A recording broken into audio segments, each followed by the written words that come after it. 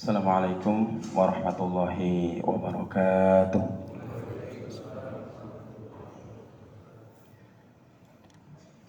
Alhamdulillahirabbil alamin wala 'aqibatu lil muttaqin wala 'udwana illa 'alal zalimin.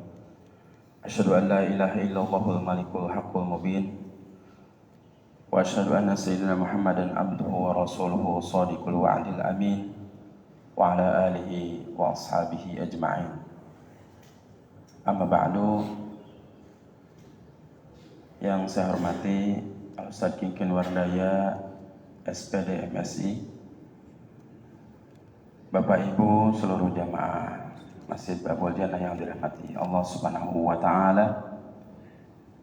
Marilah kita sama-sama kembali memanjatkan puji syukur kehadirat Allah Subhanahu wa taala yang masih memberikan kesempatan dan kesehatan kepada kita semua.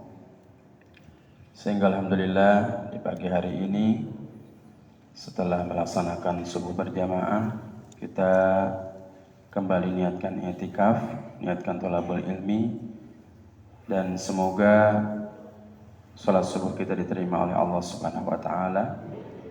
Bahkan dari rumah niat kita ke masjid ini, semoga setiap bumi yang kita pijak mudah-mudahan menjadi kesaksian atas kesolehan kita, atas kebaikan kita pada hari ini.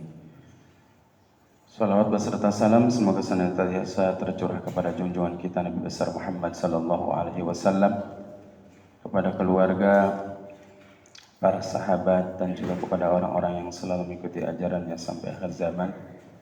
Ya, mudah-mudahan kita selalu berada di dalamnya sehingga kelak nanti kita mendapatkan syafaat dari Rasulullah sallallahu alaihi wasallam. Hadirin Bapak Ibu jamaah salat subuh yang dirahmati Allah Subhanahu wa taala. Pada kesempatan ini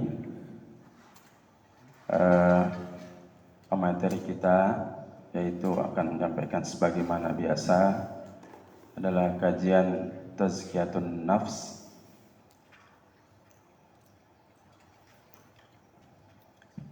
yang mudah-mudahan apa yang akan beliau sampaikan kepada kita menjadi ilmu yang bermanfaat bagi kita semua.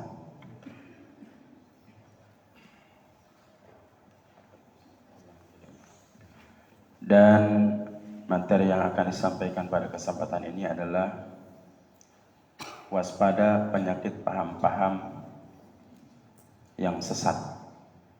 Yang mudah-mudahan sekali lagi dengan ilmu tersebut menjadi sebuah pengetahuan, sebuah ilmu bagi kita yang bermanfaat untuk kita semua. Dan pada pagi hari ini waktu terbit atau waktu suruh yaitu jam 5.58, biasanya ditambah 10 menit, ya mungkin sekitar jam 6:10. Sekali lagi kita niatkan i'tikaf, kita niatkan thalabul ilmi agar setiap helaan napas kita berada di masjid ini bernilai ibadah di sisi Allah Subhanahu wa taala. Baik, kami persilahkan kepada Ustaz Kinkin Wardaya untuk menyampaikan materinya. Pada Ustaz.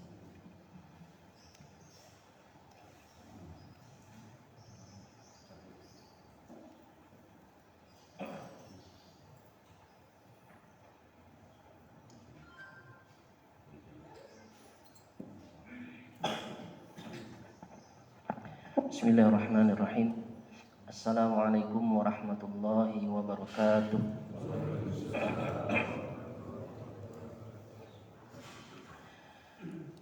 Innal hamdalillah nahmaduhu wa nasta'inuhu wa nastaghfiruh wa na'udzu billahi min syururi anfusina wa min sayyiati a'malina. Man yahdihillahu fala mudilla lahu wa man yudlil falan tajida lahu waliyyan mursyida. Asyhadu an la ilaha illallah wahdahu la syarika lah wa asyhadu anna Muhammadan abduhu wa rasuluhu alladzi la nabiyya ba'dah. Allahumma salli wa sallim wa barik ala sayyidina Muhammadin wa ala alihi wa sahbihi wa junudihi wa ansarihi wa man tabi'ahum bi ihsanin ila yaumiddin, amma ba'd. Asbahna wa asbahal mulku lillah walhamdulillahi la syarika lah, la ilaha illa huwa wa ilaihin nusyur. Asbahna ala fitratil Islam wa kalimatil ikhlas wa ala dini nabiyina Muhammadin sallallahu alaihi wasallam. وعلى ملة أبينا إبراهيم حنيفا وما كان من المشركين اللهم أنت ربنا لا إله إلا أنت خلقتنا ونحن عبدك ونحن على عهدك ووعدك ما استطعنا نعوذ بك من شر ما صنعنا نبوء لك بنعمتك علينا ونبوء بذنبنا فاغفر لنا فإنه لا يغفر الذنوب إلا أنت اللهم علمنا ما ينفعنا وانفعنا بما علمتنا سبحانك لا علم لنا إلا ما علمتنا إنك أنت العليم الحكيم اللهم إنا نسألك علما نافعا ويقينا صادقا وعملا متقبلا ورزقا حلالا طيبا اللهم فقهنا في الدين وعلمنا تأويل برحمتك يا أرحم الراحمين. Para jamaah yang dirahmati oleh Allah Subhanahu wa taala, segala puji bagi Allah atas segala karunia dan kenikmatannya kita bisa menjalankan berbagai aktivitas kebaikan, berbagai amal ketaatan dan juga aktualisasi nilai-nilai keimanan sepanjang kehidupan sampai dengan kita mendapati kematian.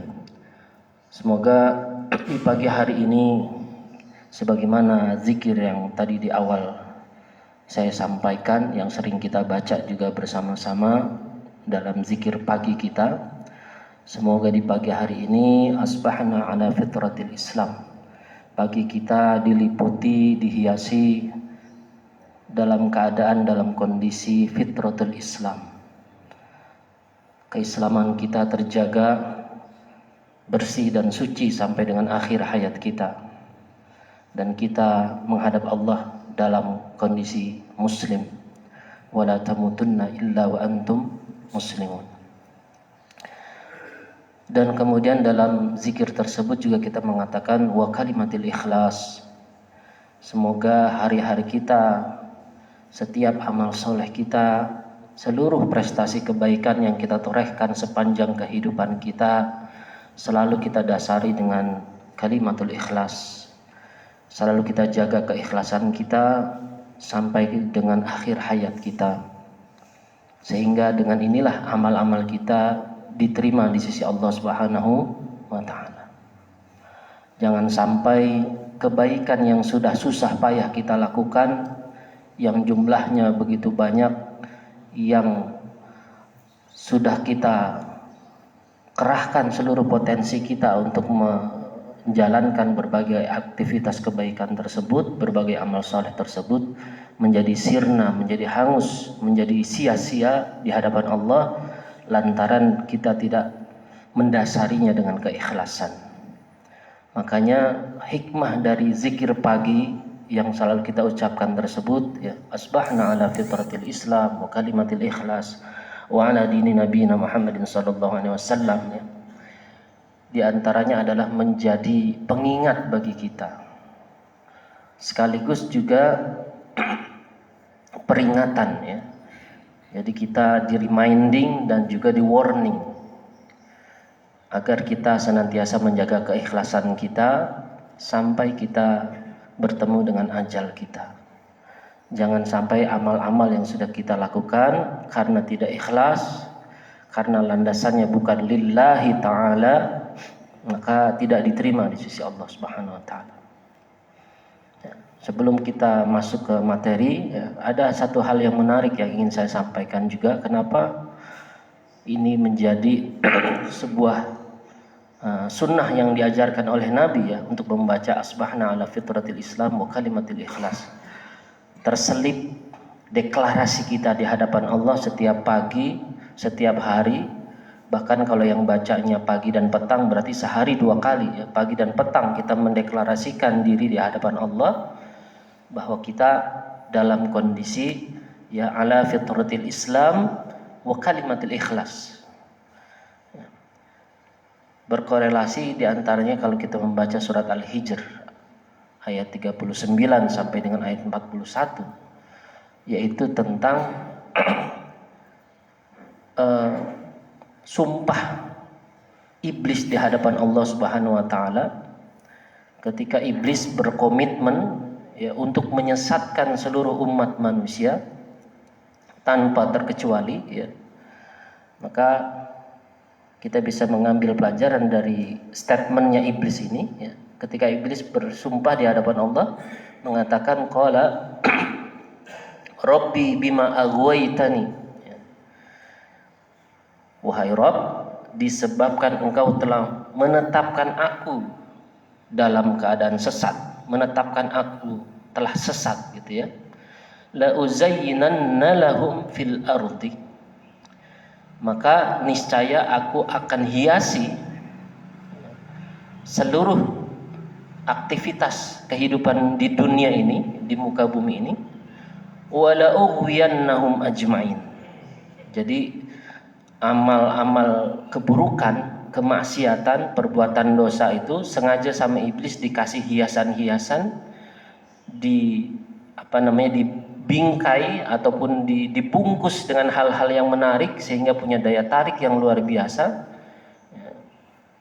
Banyak sehingga hamba-hamba Allah yang terjebak kepada tipu daya syaitan, ya, kepada siasatnya iblis ini. Setelah dia terjebak dalam perbuatan dosa dan maksiat itu, wala ughwiyannahum ajmain, maka aku akan sesatkan mereka semua.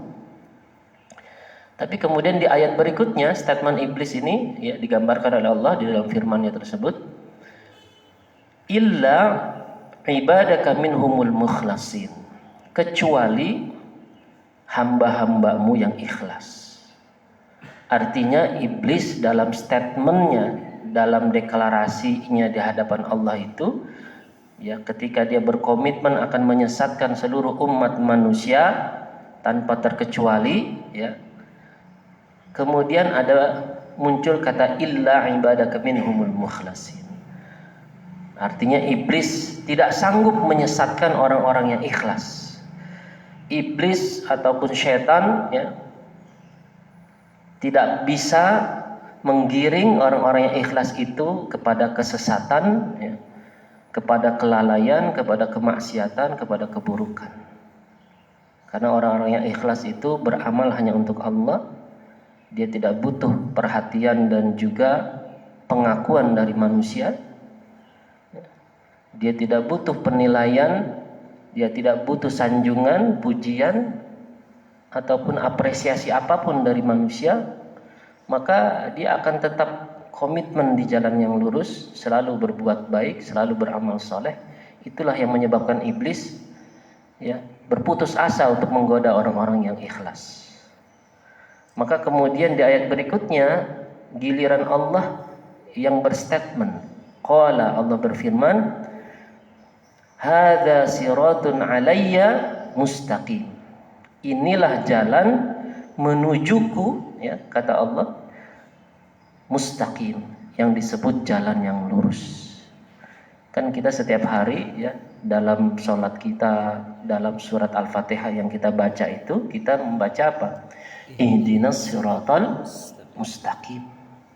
Ternyata yang dimaksud dengan siratal mustaqim selain di surat Al-Fatihah itu juga sudah diperjelas, ya. Apa itu siratal mustaqim? Yaitu siratal ladzina an'amta 'alaihim ghairil maghdubi 'alaihim waladdallin, ya. Jalan orang-orang yang telah engkau anugerahkan kenikmatan kepada mereka, dan bukanlah jalan orang-orang yang engkau murkai, engkau benci, ya. Waladdallin, dan juga bukan jalan orang-orang yang sesat, ya. Tetapi definisi sederhananya di surat Al-Hijr ayat 41 tadi, ketika Allah mengatakan hadza siratun alayya mustaqim, maknanya adalah jalan orang-orang yang ikhlas. Jadi jalan yang lurus itu jalannya orang-orang yang ikhlas. Siapa mereka? Mereka lah yang mendapatkan kenikmatan dari Allah, ya, kemudian bukan orang-orang yang dimurkai dan orang-orang yang sesat. Maka semoga kita ketika membaca zikir ini di pagi hari, di petang hari, sebagai pengingat dan juga sebagai peringatan, ya, warning bagi kita agar senantiasa menjaga keikhlasan.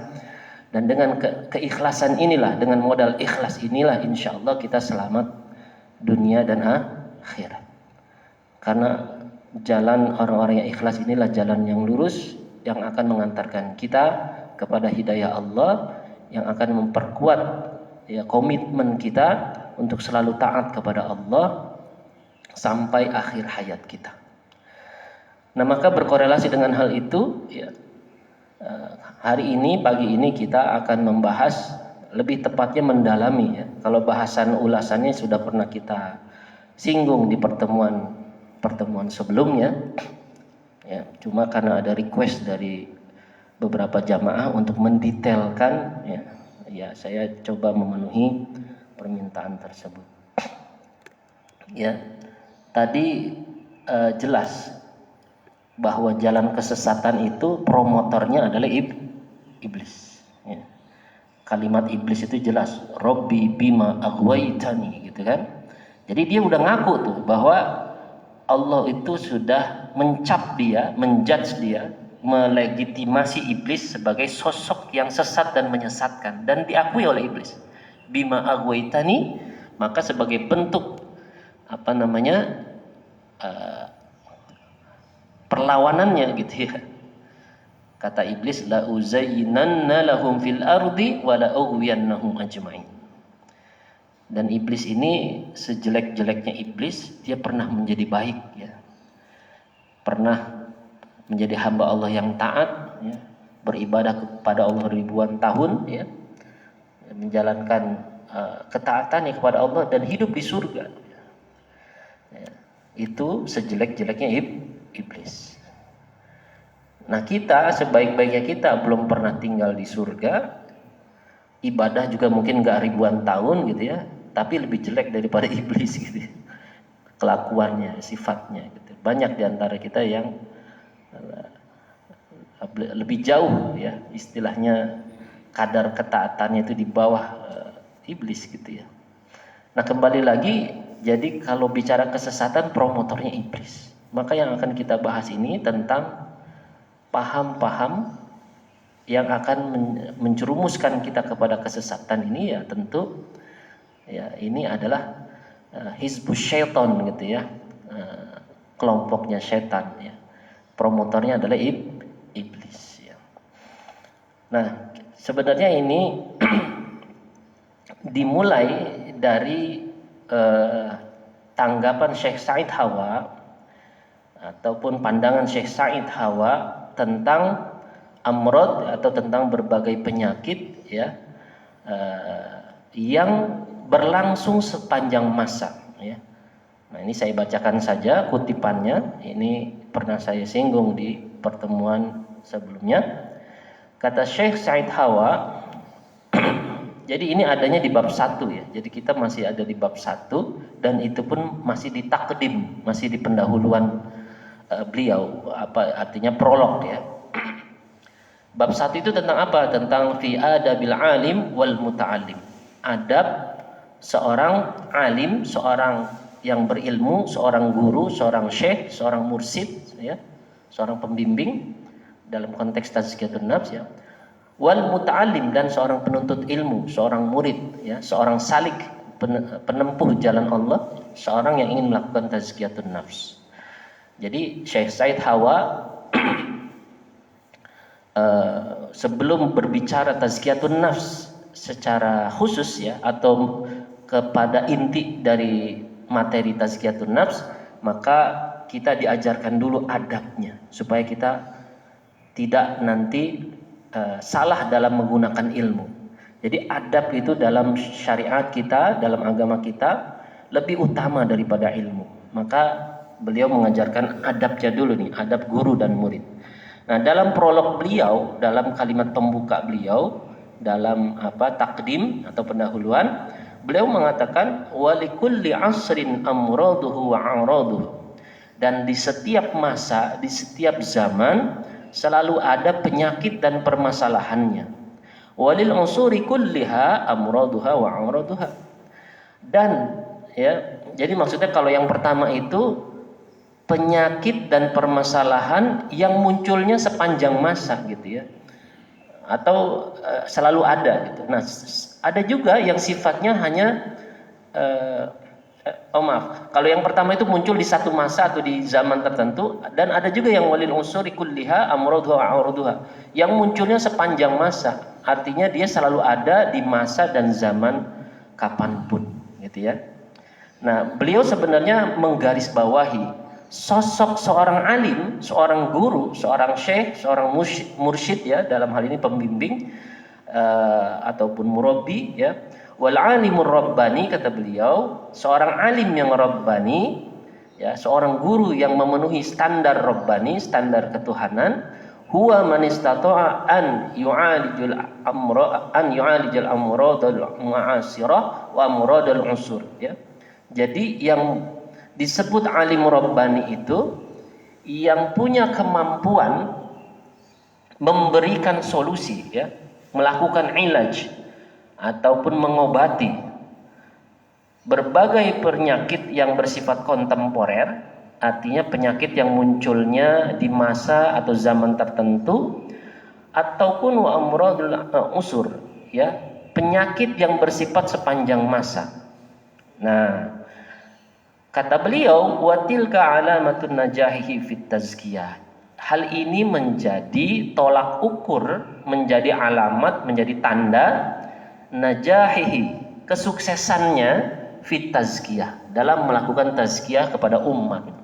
Jadi seorang alim yang sukses dengan tazkiyahnya kepada umat, indikasinya, tolak ukurnya atau tandanya adalah penyakit-penyakit yang ada di tengah umat itu terobati, setidaknya terminimalisir ya, penyakit dan permasalahan umat tersebut.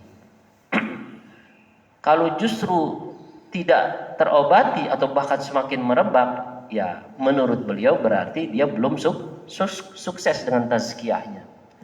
Jadi tazkiyah itu seperti terapinya ya, untuk mengobati permasalahan dan penyakit umat. Nah, kemudian kata beliau, munzul asril awal zaharul irja wat tasyayyu' wal kharijiyah wal i'tizal. Nah, ini menurut pendapat beliau, dan sebenarnya beliau kan ini khulasah ya, al-mustakhlas fi tazkiyatil anfus. Jadi disebut al-mustakhlas intisari karena beliau ngambil dari kitab induknya, yaitu Ihya Ulumuddin. Jadi ucapan beliau ini sebenarnya ucapan dari Imam Al-Ghazali gitu ya. Beliau mengutip bahwa sejak awal ya, sejak masa awal Islam ada, itu sudah nampak ya, zaharul irja, ada paham murji'ah, wa tasyayyu', ada paham syiah ya, wal kharijiyah ya, ada paham khawarij, wal i'tizal, dan paham mu'tazilah. Nah, 4 paham ini yang menurut beliau menjadi penyakit dan permasalahan yang selalu muncul sepanjang masa. Jadi 4 paham yang dimaksud ini ya dikategorikan oleh beliau sebagai penyakit atau permasalahan umat yang selalu ada di setiap masa, di sepanjang zaman ya. Maka kita harus mewaspadainya gitu ya. Nah, beliau sedikit memberikan catatan tentang ajaran pokok dari masing-masing paham tersebut ya. Wa mabnal irja, paham pokok atau ajaran pokok, bangunan pokok murji'ah itu kata beliau ala tarkil amal, yaitu dengan meninggalkan amal, meniadakan amal ya. Nah, ini sebelum kita lanjut ke teks berikutnya, saya ingin mendetailkan gitu ya. Jadi apa sih itu murji'ah ya? Jadi kalau kita tinjau dari sisi bahasa dan istilah, saya ambil dari beberapa rujukan ya, terutama dari ulama terdahulu ya, ulama salaf maupun ulama khalaf, ulama yang modern ya. Definisi secara bahasa itu ada 2 pendapat. Yang pertama, bahwa murji'ah itu berasal dari kata arja'a yarji'u ya, yang maknanya menunda atau menangguhkan. Ya, ada juga yang mengatakan ini merupakan bentuk isim fa'il ya, dari kata al-irja yang maknanya pengakhiran dan memberikan harapan. Ya. Secara istilah, saya ambil ini dari ulama kita, ulama lokal ya, yang mengatakan bahwa ya, Dr. Harun Nasution mengatakan bahwa murji'ah merupakan kelompok yang berprinsip menunda penyelesaian konflik politik antara Ali bin Abi Thalib dan Muawiyah bin Abi Sufyan di akhirat nanti. Jadi secara pergerakan, secara kelompok ya, Murji'ah ini muncul sebagai antitesa dari kaum Khawarij dan Syiah sebenarnya. Yang dulunya Khawarij dan Syiah itu adalah pengikut Ali bin Abi Thalib. Syiah sendiri kan diistilahkan Syiah itu asal kata dari Syi'i, jadi pengikut setia. Pengikut setianya Ali bin Abi Thalib. Dan kemudian kenapa ada Khawarij? Ya, nah Khawarij ini sempalannya dari pengikut Ali bin Abi Thalib yang tidak puas dengan prosesi tahkim yang terjadi antara kubu Ali bin Abi Thalib dengan kubu Muawiyah bin Abi Sufyan. Ya, nanti kalau kita belajar sejarah ini menjadi catatan kelam kaum muslimin yang disebut sebagai fitnatul kubro, ya, perang Jamal, perang Siffin, ya. Nah, ini terjadi di perang Siffin. Kalau perang Jamal yaitu yang berhadap-hadapan ya antara kubu Ali bin Abi Thalib dengan Sayyidah Aisyah radhiyallahu anha, dengan Zubair bin Awam, dengan Thalhah bin Ubaidillah, ya, gubernur Madinah dan gubernur Mekah saat itu. Yang sebenarnya disalahartikan oleh kebanyakan kaum muslimin yang belajar sejarah, dianggap seperti bahwa perang Jamal itu benar-benar perang, ya. Makanya dikatakan perang Jamal. Jamal itu onta, jadi perangnya pakai onta. Ya, padahal kalau kita secara jernih menilai, ya ini mereka semua ini ahlul jannah, ya. Jadi nggak mungkin istilahnya berseteru untuk hal yang sifatnya politis dan duniawi, gitu ya. Nah, tapi memang sudah diisyaratkan bahkan sejak Rasulullah hidup, sudah mengisyaratkan, sudah mengingatkan langsung kepada sosok yang akan terlibat dalam perang tersebut, yaitu Ali bin Abi Thalib. Dalam hadisnya Rasulullah sudah mengingatkan, wahai Ali, jika suatu ketika nanti ya dua pasukan besar berhadap-hadapan dan engkau melihat di sana ada Ummul Mukminin, ya, Siti Aisyah, maka kembalikan dia kepada tempatnya. Dalam perang Jamal itu meskipun berhadap-hadapan antara Ali dengan Aisyah radhiyallahu anha, yang menyelamatkan Aisyah adalah Ali bin Abi Thalib, gitu ya. Sementara dalam perang itu sahabat Zubair bin Awam dan juga Thalhah syahid, ya. Dan semuanya jelas, ya, Zubair bin Awam termasuk yang dijamin masuk surga. Thalhah termasuk yang dijamin masuk surga. Ali termasuk yang dijamin masuk surga. Semuanya ahlul jannah, udah dikabarin. Hikmahnya kenapa ada peristiwa kelam seperti ini? Ini sebagai pelajaran bagi kaum muslimin. Bahkan sekali bersahabat yang hebat saja, yang generasi terbaik saja, bisa terjadi peperangan seperti itu. Dan kembali lagi, jadi kalau saya lebih cenderung memilih kata sebenarnya apa yang dilakukan Aisyah radhiyallahu anha dengan gubernur Mekah, gubernur Madinah saat itu, lebih tepatnya demonstrasi, unjuk rasa kepada khalifah yang saat itu kekhalifahan pindah ke Kufah, ya, di Irak. Jadi saat itu mereka itu hanya berdemonstrasi meminta khalifah tolong diusut siapa pembunuh Utsman bin Affan. Justru yang dilakukan oleh katakanlah pemerintahan saat itu yang berkuasa bukannya mengusut kematian Utsman, tetapi malah langsung memilih khalifah. Dan memang ini provokator ini orang-orang Syiah ini, ya. Nanti kalau kita belajar sejarah ada sosok yang punya pengaruh kuat dalam terbunuhnya Utsman bin Affan, kemudian terpilihnya Ali bin Abi Thalib, ya, dan terbentuknya menjadi embrio Syiah itu, ya, yaitu Abdullah ibnu Saba, ya. Abdullah bin Saba ini orang Persia yang memang punya daya pengaruh besar, gitu ya, untuk memporak-porandakan barisan kaum muslimin. Ini sekilas saja, ya. Jadi Murji'ah itu muncul sebagai antitesa dari Khawarij dan Syiah. Yang tadinya nih Syiah dan Khawarij ini satu kelompok nih, menjadi pengikut setianya Ali. Dan kemudian Syiah tetap setia sebagai pendukung Ali setelah prosesi tahkim itu, sedangkan Khawarij itu, ya, dia keluar dari barisan itu, makanya dikatakan Khawarij, ya, asal kata dari kharaja, ya. Jadi Khawarij ini keluar karena tidak puas dan tidak setuju dengan prosesi tahkim. Apa itu prosesi tahkim? Jadi di perang Siffin itu ketika sudah banyak berjatuhan korban dari kedua kubu Muawiyah bin Abi Sufyan yang saat itu Muawiyah sebagai gubernur Mesir ya. Kemudian dari kubu Ali juga ya. Akhirnya dari kubu Muawiyah itu ya kalau di dalam riwayat dikatakan Amr bin As atau salah seorang dari pasukan mereka yang mengangkat Quran dan kemudian menyerukan untuk berhenti berperang ya antara kaum muslimin gitu. Akhirnya berhentilah perang itu dan akhirnya dilakukanlah prosesi musyawarah lah kalau kata kita dan mengutus dari dua kubu Ali yang hadir dalam prosesi musyawarah itu Ali bin Abi Thalib dan Abu Musa al-Asy'ari ya. Kemudian dari kubunya Muawiyah bin Abi Sufyan dan Amr bin As. Berempat ini kemudian melakukan semacam kesepakatan gencatan senjata kira-kira gitu ya. Nah, kemudian kenapa diistilahkan dengan tahkim? Tahkim itu maknanya artinya berhukum kembali kepada Allah. Artinya menyerahkan semua kepada Allah. Jadi sudahlah kita stop perang ini, kita tidak saling menyalahkan, biarkanlah Allah yang akan menghakimi. Jadi mengembalikan hukum itu kepada Allah. Nah disitulah kemudian terjadi kesepakatan tidak melanjutkan peperangan, masing-masing kembali kepada tupoksinya. Muawiyah kembali sebagai gubernur Mesir, ya, gubernur Syam, ya, gubernur Syam. Kemudian Ali bin Abi Thalib sebagai khalifah di Kufah kembali. Ya. Nah saat itu memang yang berita miring dari orang-orang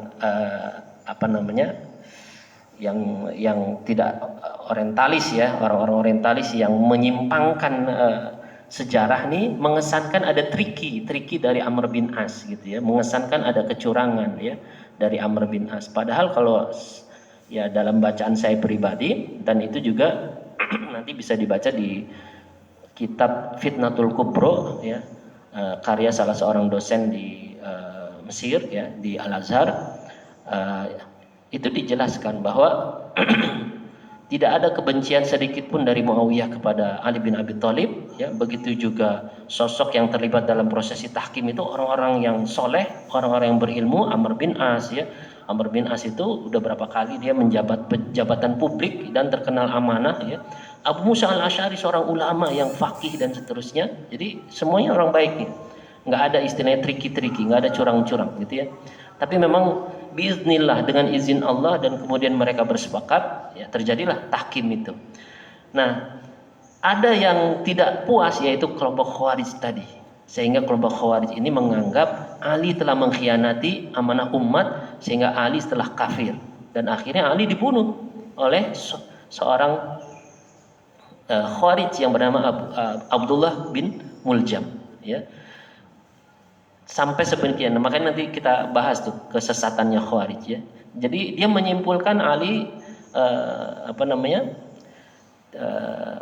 mengkhianati amanah sebagai khalifah dan tidak layak lagi diikuti ya, istilahnya tidak layak lagi dipatuhi sebagai khalifah. Makanya mereka keluar nih. Dan orang-orang Khawarij ini nanti kalau kita bedah bukan orang-orang sembarangan. Dia ahli ibadah, bahkan ibadahnya lebih hebat daripada kita gitu ya. Digambarkan oleh Ibnu Abbas nanti di dalam kitab Talbis Iblis ya, itu nanti kita kutip situ. Nah kembali lagi, jadi Murji'ah ini kelompok yang ibaratnya netral awalnya nih ya, sejak secara gerakan politis. Jadi dia tidak mau menghukumi siapa yang salah siapa yang benar ya.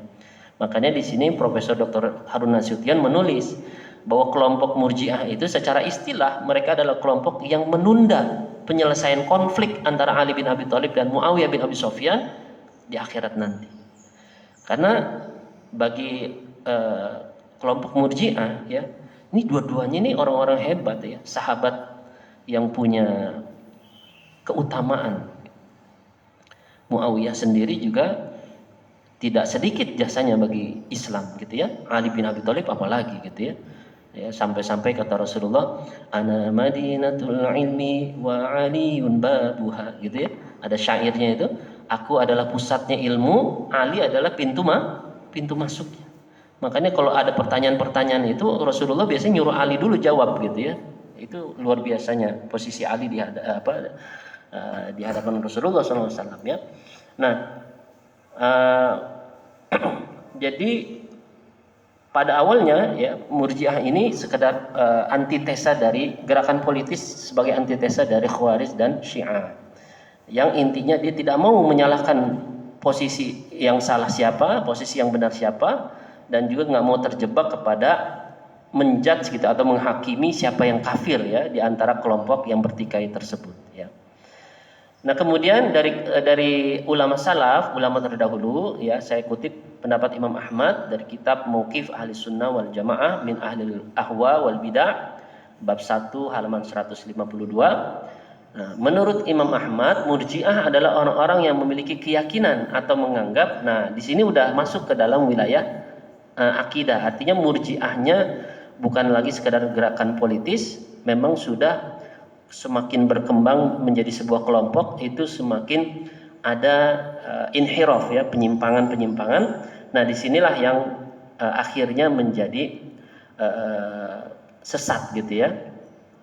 Jadi awalnya sekedar antitesa atau perlawanan atau tidak mau terlibat antara Khawarij dan Syiah, tapi kemudian menjadi gerakan teologis ya, menjadi gerakan teologis atau gerakan ideologis gitu ya.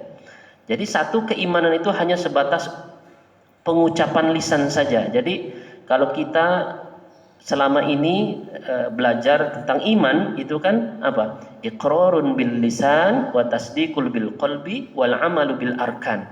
Nah, kaum Murji'ah yang berbeda dengan Ahlus Sunnah wal Jamaah, dia menghilangkan wal amalu bil arkan.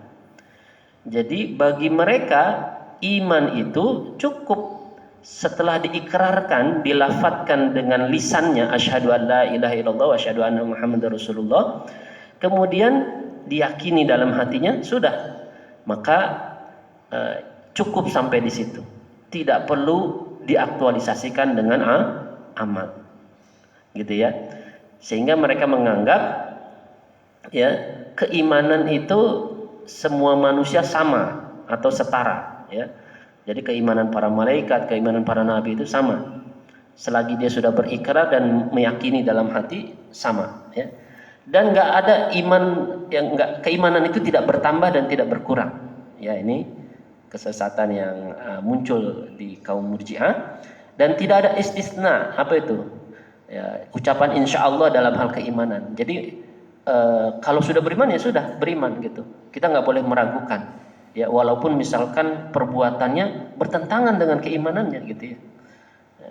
Akhir-akhir ini kita dihebohkan misalnya dengan pimpinan Az-Zaitun yang udah lama tenggelam tiba-tiba muncul lagi tuh ya. Kan itu banyak yang kontroversi ya, yang seolah-olah bertentangan dengan keimanannya, kan begitu. Bertentangan dengan keimanannya. Nah, bagi kaum Murji'ah, apapun perbuatan manusia itu yang bertentangan dengan keimanannya ya, selagi dia masih beriman ya, artinya sudah berikrar secara lisan dan hatinya masih meyakini keimanan itu, maka iman itu tetap sah gitu ya, tidak bertambah, tidak berkurang, dan istilahnya sesuatu yang permanen ya. Padahal kata Rasulullah apa? Al imanu yajidu wa yanqus. Rasulullah sendiri yang bilang iman itu ya, kadang bertambah, kadang berkurang, kadang naik, kadang turun ya. Fajadidu imanakum billah ilaha illallah. Maka perbaharulah iman kalian dengan la ilaha illallah ya. Nah, jadi yang berikutnya, jadi bagi mereka iman itu cukup sampai di lisan dan di hati saja. Dan berikutnya dikatakan, dan siapa saja yang beriman dengan lisannya namun belum beramal, maka ia seorang mukmin yang hakiki. Ya. Nah, pokok-pokok ajaran Murji'ah ya mengacu kepada definisi istilah tadi, yaitu yang kita bisa simpulkan ya.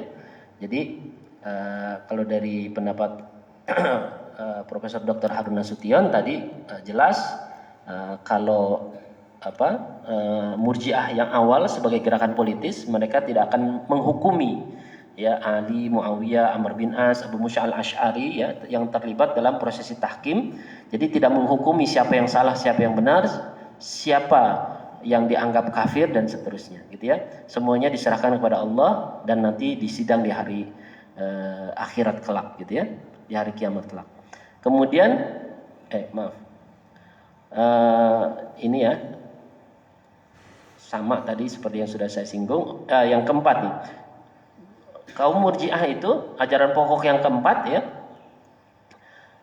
kepada muslim yang berdosa besar, dia melakukan perbuatan dosa besar sebanyak apapun gitu ya, makanya dikatakan Murji'ah itu diantaranya maknanya juga adalah masih ada harapan, kira-kira gitu. Jadi orang-orang yang berbuat dosa besar itu punya potensi, punya harapan besar untuk mendapatkan ampunan dan rahmat dari Allah Subhanahu wa taala, ya. Nah, kemudian saya tambahkan dengan penjelasan Imam Ahmad tadi, ya, bahwa pokok-pokok ajaran Murji'ah juga yang lebih mendasar yang membedakan dengan Ahlus Sunnah wal Jamaah tadi, ya. Kalau Ahlus Sunnah wal Jamaah itu memasukkan amal sebagai bagian dari syarat keimanan, ya. Ya, jadi syahadat itu keimanan itu diucapkan dengan lisan, diyakini dengan hati dan diamalkan dengan anggota badan, ya, wal amalu bil arkan, ya, atau diamalkan dalam bentuk perbuatan. Nah, sedangkan orang-orang Murji'ah dia hanya sampai kepada tasdiqul bil qalbi, cukup diyakini dalam hati saja, meskipun dia tidak beramal maka tidak masalah, ya, tetap sah keimanannya, tetap diakui keimanannya. Jadi mereka tidak memasukkan amal perbuatan sebagai bagian dari keimanannya, ya. Nah, pertanyaannya, apakah yang demikian ini benar adanya? Ya, kalau kita cek, kita kan selalu merujuk kepada Al-Quran dan Sunnah. Al-Quran sebagai panduan utama kita, ya, kita lihat bagaimana Allah menghendaki, ya, bagaimana Allah memberikan arahan, ya, bagaimana Allah memerintahkan kepada kita, gitu ya. Nah, ini saya sudah pernah singgung dan sudah pernah kita bahas juga, tapi nggak apa-apa kita pertegas lagi. Jadi ketika kaum Murji'ah meniadakan amal atau istilahnya tidak menempatkan amal menjadi bagian dari keimanan itu, ya, disitulah kesesatannya. Kenapa? Karena satu, kalau kita perhatikan, ya, di berbagai ayat Al-Quran banyak kita temui kalimat amanu selalu bergandeng dengan wa amilus sholihat. Contoh sederhana di surat Al-Asr, ketika Allah mengatakan wal asr, demi masa, innal insana lafi khusr, sesungguhnya setiap manusia, ya, tanpa terkecuali siapapun dia, ya, lafi khusr, ya, ada lam di situ yang menegaskan, memastikan bahwa dia pasti dalam keadaan merugi. Lalu apa kata Allah? Illal ladzina amanu wa amilus sholihat, kecuali orang-orang yang beriman dan beramal soleh. Maknanya adalah, ya, Allah menghendaki keimanan itu dibuktikan dengan amal soleh. Jadi bohong kita beriman kepada Allah dan Rasul, tapi perbuatan kita bertentangan dengan keimanan kita, ya. Berarti imannya itu, ya, cuman pura-pura aja gitu, ya. Ya. Jadi harusnya iman yang kuat, iman yang benar, ya, melahirkan atau menghasilkan amal soleh, amal yang baik, ya. Jadi amal soleh itu buah dari keimanan, ya. Nah, jadi kalau amal solehnya tidak terwujud atau amalnya justru bertentangan dengan keimanan, yang ada bukan amal solehat gitu, ya, tapi amal sayyiat, amal-amal buruk, amal-amal maksiat, amal-amal yang menentang Allah dan Rasulnya, ya, berarti kan keimanannya semu, pura-pura, ya, atau palsu gitu, ya. Jadi dia bilang asyhadu alla ilaha illallah wa asyhadu anna muhammadar rasulullah, tapi prakteknya, ya, dia mengabdikan diri kepada selain Allah misalnya. Dia tidak menyembah Allah, dia tidak beribadah kepada Allah, dia tidak mau taat sama Allah, ya, berarti dia menentang ataupun menyelisihi, ya, keimanannya dia sendiri kepada Allah dan Rasul, ya. Yang kedua, ya, misalnya di surat Al-Kahfi, ya, itu bentuknya perintah dari Allah. Surat Al-Kahfi itu salah satu surat yang disunahkan kita baca ya setiap malam Jumat atau setiap hari Jumat. Hikmahnya apa Pak, Bu ya? Kenapa ini menjadi disunahkan ya? Selain banyak fadilahnya, di antara hikmahnya adalah sebenarnya kalau kita baca itu rutin, apalagi itu kalimat terakhir dari Allah Subhanahu wa taala di surat Al-Kahfi ayat terakhir, ayat 110, itu harusnya menjadi semacam tazkirah, peringatan bagi kita. Apa kata Allah? Falyamal amalan shaliha wa la yusyrik biibadati rabbih ahad. Jelas kata Allah, falyamal amalan shaliha, maka hendaknya kita berbuat baik, selalu melakukan amal soleh. Amal soleh yang seperti apa? Wala yusyrik biibadati rabbih ahada, dan tidak menyekutukan ya, tidak sekali-kali menyekutukan Tuhannya ya di dalam beribadah kepadanya. Artinya tidak menyekutukan Allah dengan sesuatu apapun dalam setiap amal soleh, dalam setiap amal ibadah yang kita lakukan. Artinya tadi di awal kita singgung istilahnya adalah ikhlas. Wa ma umiru illa liya'budullaha mukhlishina lahuddin. Allah menghendaki kita ini beramal, beribadah, beragama, dasarnya adalah mukhlishina lahuddin. Meluruskan niat ya, mengikhlaskan niat ya. Lillahi ta'ala, hanya untuk Allah Ta'ala ya. Itulah yang dikehendaki oleh Allah.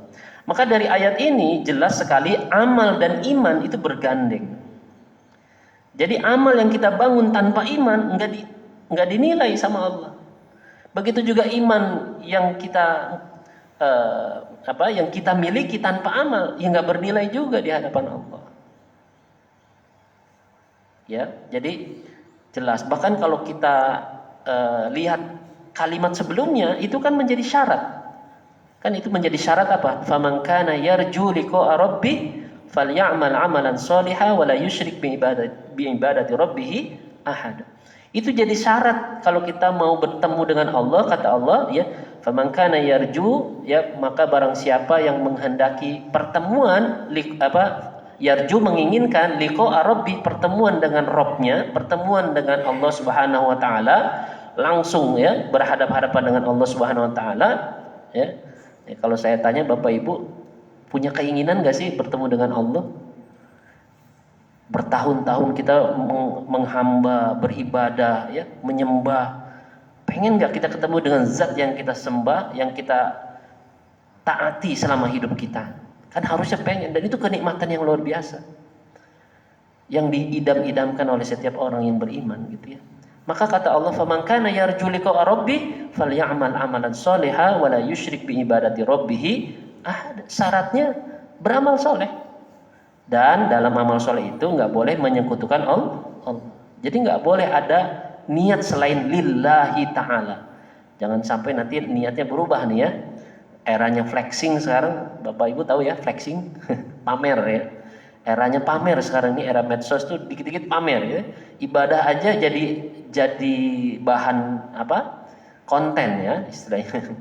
Jadi dikit-dikit pamer ya, lagi berbuat baik pamer ya, update status gitu kan. Mau tahajud update status dulu ya. Mau bersedekah didramatisir dulu supaya jadi konten gitu kan. Mau ngebantuin orang juga begitu ya. Ini bahayanya nih. Ya. Kalau selama ini flexing itu identik dengan sesuatu yang bersifat materi ya, misalnya mobil yang mewah, rumah yang megah, harta yang berlimpah gitu kan, jabatan dan seterusnya ya. Tapi sudah ada pergeseran yang luar biasa, semakin kemari flexingnya bukan lagi untuk hal-hal yang sifatnya materi, tapi sifatnya amal soleh pun itu diflexingkan gitu ya.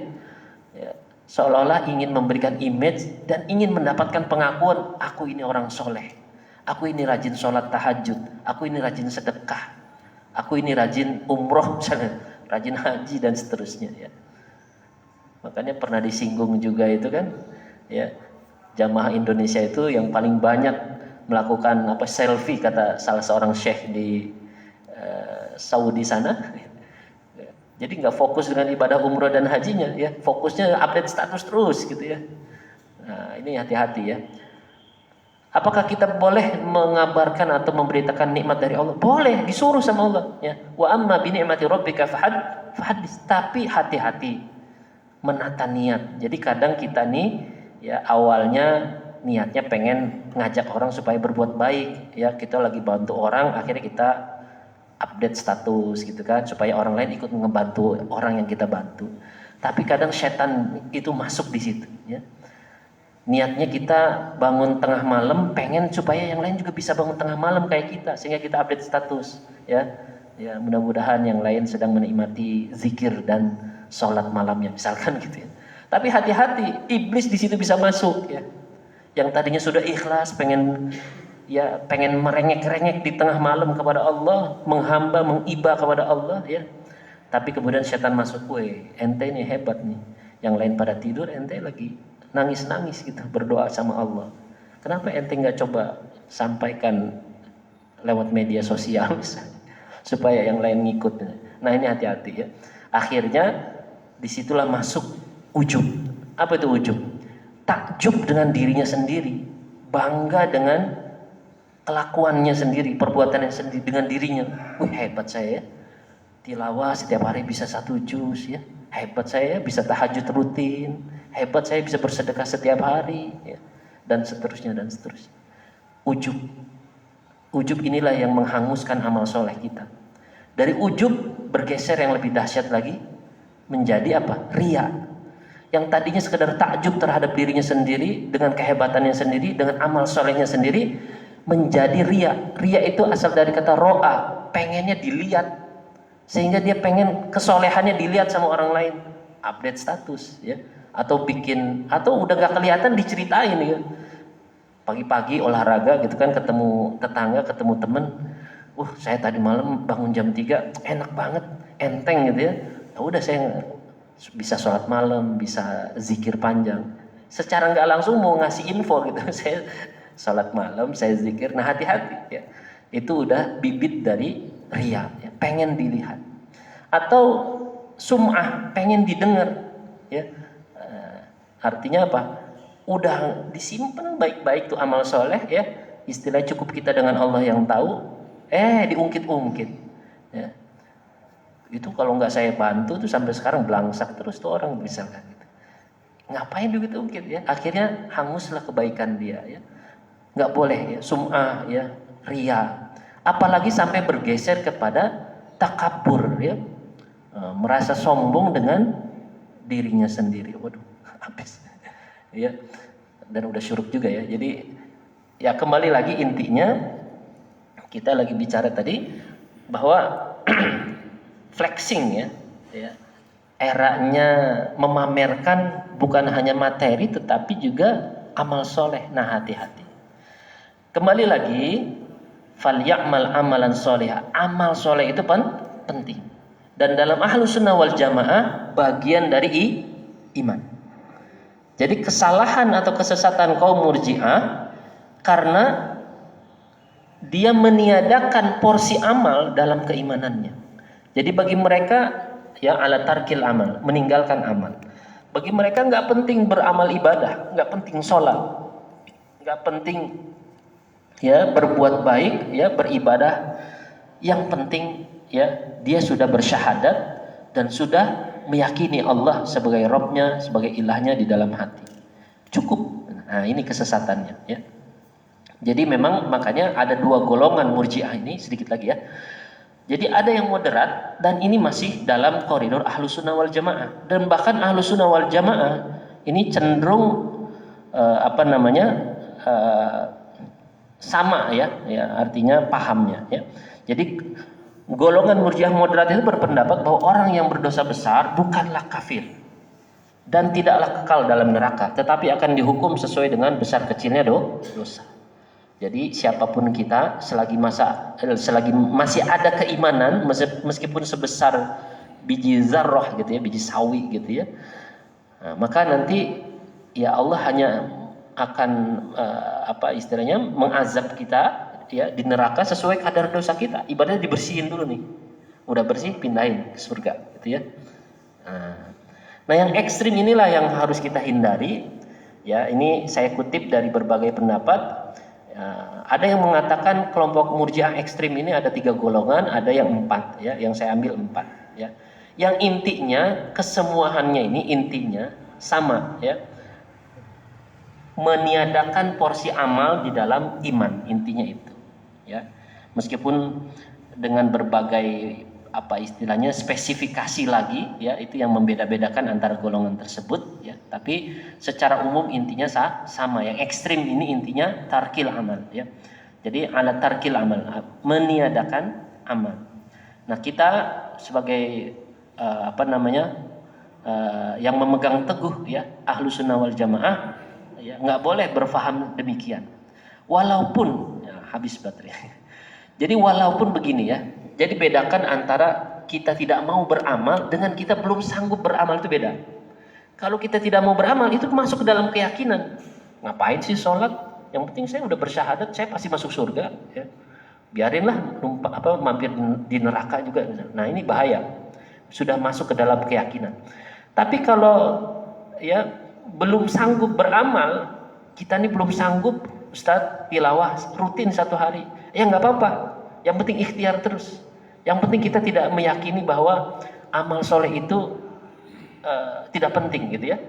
Kalau kita meyakini amal soleh tidak penting, nah itu yang bahaya. Tapi kalau kita meyakini amal soleh itu penting sesuai perintah Allah tadi, falyamal amalan solihah ya, atau ilal ladzina amanu wa amilus solihat dan seterusnya, maka kita belum sanggup melakukan amal-amal soleh itu dengan baik, dengan sempurna, itu yang nantinya di situ porsinya rahmat Allah. Allah lah yang akan mengampuni dan Allah pula yang nanti ya istilahnya hak prerogatifnya Allah gitu ya. Makanya nanti kita mendapati di Riyadhus Shalihin itu seorang pembunuh kelas kakap gitu ya, amalnya sedikit. Amalnya cuma gara-gara dia pengen hijrah dari kampung maksiat itu, kampung banyak dosa itu, ke kampung yang baik gitu ya, karena dia ingin berubah. Dia meyakini perbuatan dia ini salah. Dia pembunuh kelas kakap, sudah 99 orang dibunuh ya, kemudian bertemu dengan seorang ya kalau bahasa kita pemuka agama gitu ya. Ternyata dia mendapati jawaban yang tidak sesuai ya, bahasanya ya ini mau udah nggak ada ampun bagi kamu, kira-kira dibunuh sekalian jadi 100 gitu. Tapi dia hati kecilnya masih pengen berubah, ini masih ada kesempatan nggak ya. Sampailah bertemu dengan salah seorang ahli agama yang lain, ya alim ulama lah bahasa kita, dan kemudian diarahkan untuk berhijrah sampai akhirnya dia wafat di tengah jalan, dan akhirnya berebutan antara ya malaikat surga dan neraka, dan kemudian Allah Subhanahu wa taala yang meminta untuk diukur ya jarak yang terdekat kemana. Ternyata lebih dekat ke kampung yang baik ya, sehingga dia masuk ke dalam surga. Ya, atau misalnya cerita tentang di dalam Riyadhus Shalihin juga, cerita seorang pelacur yang ngasih minum seekor anjing. Ya. Amalannya sederhana, ngasih minum pakai selopnya dia, ya inilah sepatunya dia gitu ya. Dan yang dikasih minum juga mungkin yang kita anggap ya binatang yang tidak istimewa, istilahnya anjing gitu ya. Kita dikasih minum, ternyata itu yang menyebabkan dia masuk surga ya. Jadi kembali lagi, selagi kita tidak meyakini sebagaimana keyakinan orang-orang Murji'ah tadi, maka insya Allah kita selamat gitu ya. Nah, jadi kesesatan kaum Murji'ah karena meyakini tidak pentingnya amal soleh, itu yang bahaya. Atau mengeluarkan amal soleh bagian dari iman, itu yang bahaya. Nah, sekali lagi, Ahlus Sunnah wal Jamaah harus meyakini bahwa iman itu diucapkan dengan lisan, iqrarun bil lisan wa tasdiqul bil qalbi, diyakini dengan hati, wal amalu bil arkan, dan diamalkan dengan anggota badan ya. Artinya harus diaktualisasikan. Adapun kita belum sempurna, kita masih bolong-bolong ya, entah bolong-bolong bahkan sholatnya bolong-bolong ya, entah yang bolong-bolong ngajinya dan seterusnya lah ya, nggak apa-apa. Yang penting kita terus berikhtiar, berusaha menjadi hamba Allah yang lebih baik lagi. Mohon maaf atas segala kekurangan, yang benar datangnya dari Allah, kekeliruan dan kekhilafan datangnya dari saya pribadi. Saya ucapkan terima kasih atas segala perhatiannya. Al-haqqu min rabbik fala takunanna minal mumtarin. Wal afu minkum. Wassalamualaikum warahmatullahi wabarakatuh. Syukran jazakallah hasanal jaza kepada Ustaz Kikin Wardaya yang telah menyampaikan materinya yang cukup menarik ya. Ini serius, gak boleh ngantuk ini. Karena mukobil dari setiap definisi itu nanti melencengnya dikit-dikit gitu ya. Itu berbahaya gitu ya. Ya tadi memang di Murji'ah ini banyak kemiripan dengan kita sebagai Ahlussunnah wal Jamaah gitu ya. Tasdiqul qalbi itu memang aplikasinya tidak ada perbedaannya itu. Ya, kalau seseorang yang mengaku beriman kemudian dia meninggalkan sesuatu bukan karena pengingkaran kewajibannya, itu masih tetap dalam keislamannya gitu kan. Cuman dia maksiat saja, berdosa saja. Tapi udah meyakini ya gitu bagian amalnya, itulah yang berbahaya. Apalagi mungkin nanti ada Syiah dan lain sebagainya ya, sebagaimana ini di request Pak Rahmat ya. Mana beliau? Kamar mandi ya. Insya Allah itu semakin menarik ya, mudah-mudahan Allah berikan kita kekuatan untuk kita terus bisa menyerap apa yang akan disampaikan oleh beliau. Karena memang waktu suruk telah tiba, mari kita sama-sama tutup kajian ini dengan doa kifaratul majlis. Subhanakallahumma wa bihamdika asyhadu an la ilaha illa anta astaghfiruka wa atubu ilaik. Terima kasih. Assalamualaikum warahmatullahi wabarakatuh.